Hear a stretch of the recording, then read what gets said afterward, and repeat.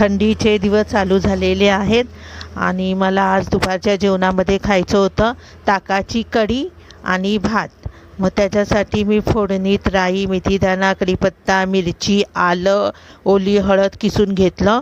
भरपूर लसूण, हिंग टाकून त्याला छान असं परतून घेतलं. म्हटलं दुपारच्या जेवणासाठी कढी आणि भात म्हणजेच कढी चावल खाईन, म्हणून मी कढी करायला घेतली. थंडी असली की मला गरमागरम कढी आणि भात खायला फार आवडतं.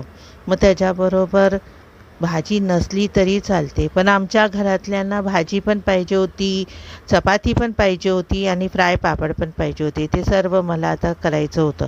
आता मी कढीमध्ये आता थोडंसं बेसनचं पीठ घेतलं होतं आणि पाणी टाकून त्याला चांगला घोळ तयार केलेला तोही टाकून घेतला आणि आता कोथिंबीर टाकून छान अशी मी कढी केलेली आहे. कढी इतकी छान झाली होती, सबस्क्राईब करा की कढी आणि चावल खायला फारच मजा आली. आवडला असेल व्हिडिओ.